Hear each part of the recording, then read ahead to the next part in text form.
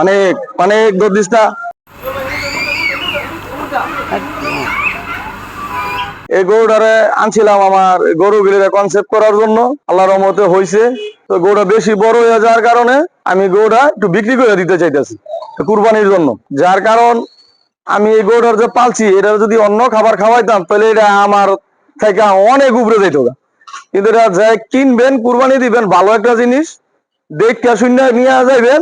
আমি এই যে স্কেলের মধ্যে এখন দাঁড়ানো আছি, এই স্কেলের মধ্যে মাপছি 20 মণ পার হয়ে গেছে। তাহলে এই গরুটা আমি বিক্রি করতে চাইতেছি। যদি কোনো ভাই এই গরুটা নিতে চান, কুরবানি দিতে চান, আমার বর্তমান ঠিকানা হয়েছে আপনার 26 নং ওয়ার্ড, ঢাকেশ্বরী রাস্তা।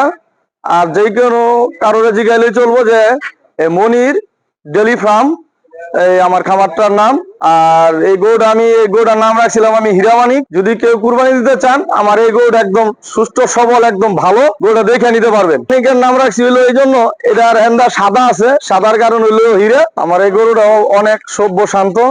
আমরা মাঝে মাঝে আমি বাসা আসতে দেরি হইলে আমার ওয়াইফ এই গরুটার যত্ন করে এর খাওয়ায়, এর খৈল ভুসি যা লাগে এটা খাওয়ায়।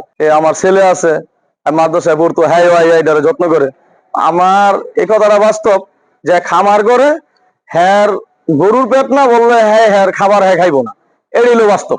কারণ আমি আমার এই গরুগুলারে আমার সন্তানের চেয়েও আদর কম করি না। কারণ হ্যাঁ যদি আমার না দেহে তো হ্যাঁ আমার ডাক দিব, আমার আওয়াজ পেলি ডাক দিব। কিন্তু এই গরুটা পালি দেখে এটার প্রতি একটা মায়া আলাদা আমার। হ্যাঁ, আমার কথার ভাষা সে বুঝে এবং সন্তান ডাক দেওয়ার আগে এই ডাক দেয় আগে। আমার এটার প্রতি অনেক মায়া। আমার গরু না পারলে বোঝা যাইতো নইলে যে আসলে এটার প্রতি কতটুকু মায়া থাকে।